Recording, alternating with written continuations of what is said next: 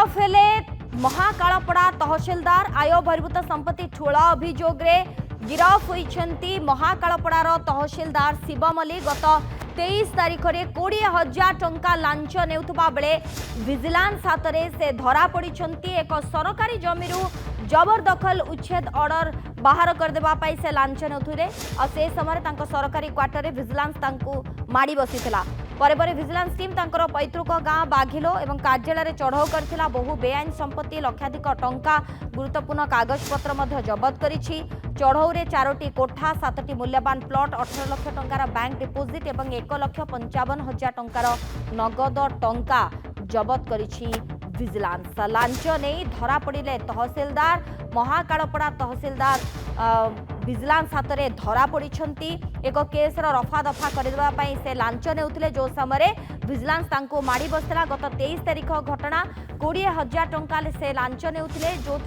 vigilance हाथ में से धरा पड़ी एक सरकारी जमीर जबरदखल उच्छेद ऑर्डर बाहर करने से लांच नेउथिले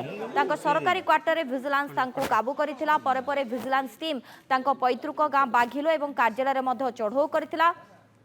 बहु बेआईन संपत्ति ठाब होइछि लक्षाधिक टंका किछि गुरुत्वपूर्ण कागजपत्र जबत होइछि 4टी कोठा 7टी मूल्यवान प्लॉट 18 लाख टंकार बैंक डिपोजिट 1,55,000 टंकार नगद टंका जबत करिछि विजिलेंस धरा पड़िले महाकालपड़ा तहसिलदार एवं शिव मल्लिक तहसिलदार धरा पड़ी लांच नेउथिले से समय विजिलेंस हाथ में से धरा पड़ी 4टी कोठा 7टी प्लॉट 18 लाख टंकार डिपोजिट 1,55,000 टंकार नगद टंका जबत होइछि एक सरकारी जमीर जबरदखल उच्छेद पाई से केस टी रफा दफा करने टंका नेउथिले लांच से समय से धरा पड़ी विजिलेंस हाथ में नयनमणि सामल आम सहित जोड़ी होती रिपोर्टर नयनमणि आय बहिर्भूत संपत्ति ठूल अभियोग बंधा होती महाकालपड़ार तहसिलदार शिव मल्लिक वर्तमान सुधा कौन कौन संपत्ति ठाब है देखु सोनालीन प्रथम पर्याय जितेबाला विजिलेंस टीम आसी शिव मल्लिक को गिरफ करथिला तत्क्षणात से निज पैतृक घर एवं कार्यालय जो तहसिल कार्यालय ता पछपट एवं तांकर गाँव एक भड़ा घर जोटी प्रथम पर्याय से 1,54,000 टंका एवं 7 भरी सुना जबत करथिले परवर्ती पर्याय नहीं पचरा उचरा पर जी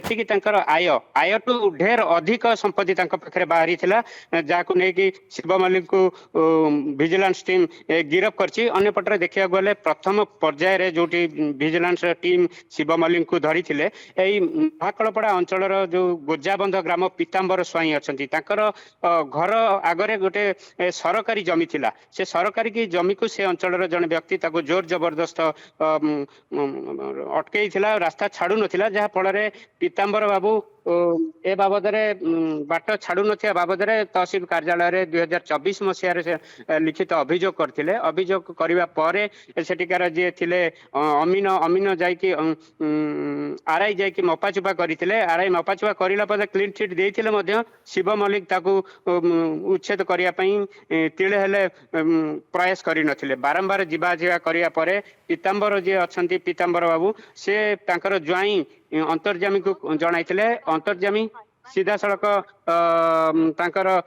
तहसिलदार जे जो अंतर्जामी तहसिलदार सहित कथा होते डील होता जे 20,000 टंका देले आमे से मुझे उच्छेद करी से जो सरकारी जमी घरटी होती उच्छेद करी या भितर पीताम्बर बाबू को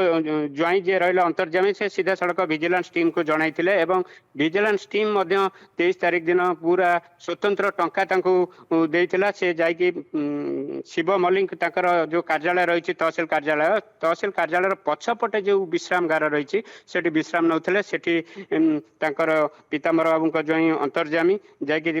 20,000 टंका देइथिले तत्क्षणात विजिलेंस टीम रो जो केन्द्रापड़ा एवं कटक रो स्वतंत्र टीम गठन होता से अरेस्ट करथिले विभिन्न जगह चढ़ाऊ कला परे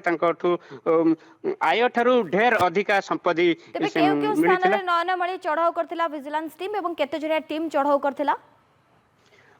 देखंतु सोनाली 8 जणिया टीम आसीथिला से समय केन्द्रापड़ा एवं कटक 8 जणिया टीम आसीथिला प्रथमे तांकर जो बागिलो स्थित घर एवं तहसील कार्यालय पछपट जो रूम एवं तांकर निजे एक भड़ा घरे रोते से जगार जहाँ केन्द्रापड़ार